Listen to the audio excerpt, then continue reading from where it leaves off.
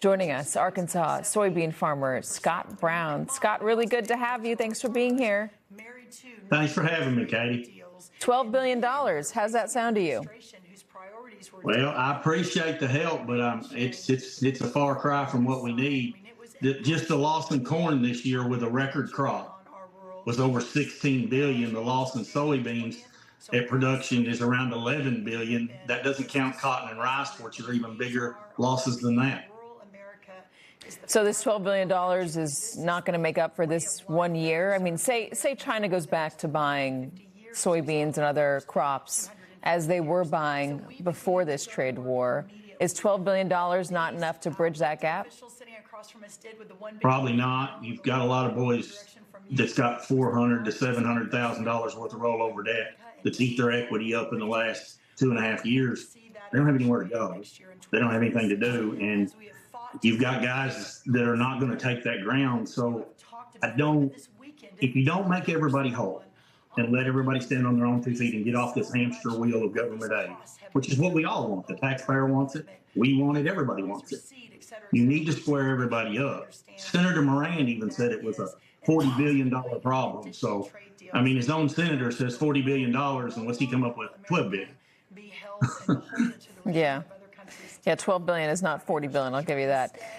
There's also some talk out there. It's an unverified report, but a marketing firm reported that U.S. Trade Representative Jamieson Greer said there's no deal as of now for soybeans from China. And that sent the markets, by the way, plunging, the futures.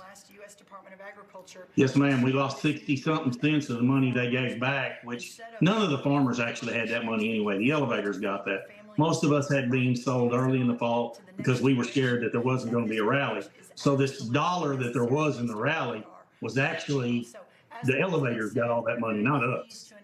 But yeah, it's backed it up. January beans are sub $11. You've got, with the basis, you've got next year sub $11, and you've got everybody screaming from StoneX down that inputs are going up next year. So we're going to be back here next year if somebody doesn't fix this right and address the problem instead of actually putting Band-Aids on it. And it's Help me understand, I'm sorry, the mindset of the American farmer, because you're kind of an outlier here on this. But the American farmer has generally gone for Donald Trump, even after the first term when Donald Trump also imposed tariffs and also had to bail out farmers, gave them a big bailout.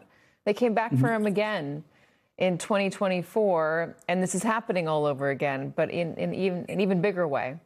Why does the American farmer support Donald Trump? You have a large number of farmers that can't separate their morals from their business. They vote their conscience and they vote what they morally believe.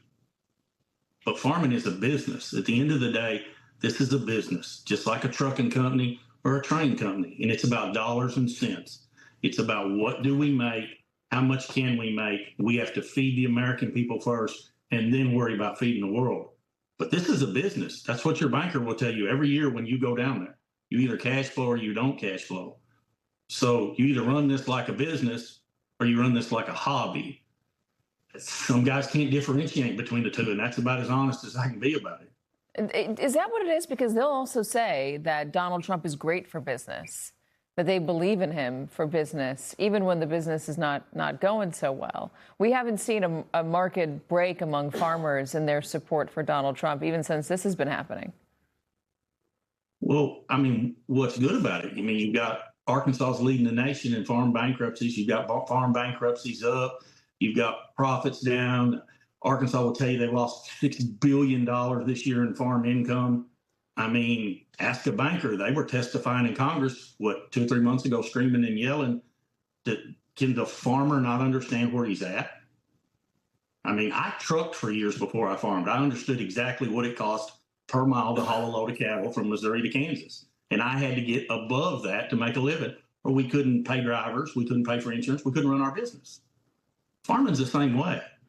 I don't understand how come they can't do the math. This is all math to me. It's just a business.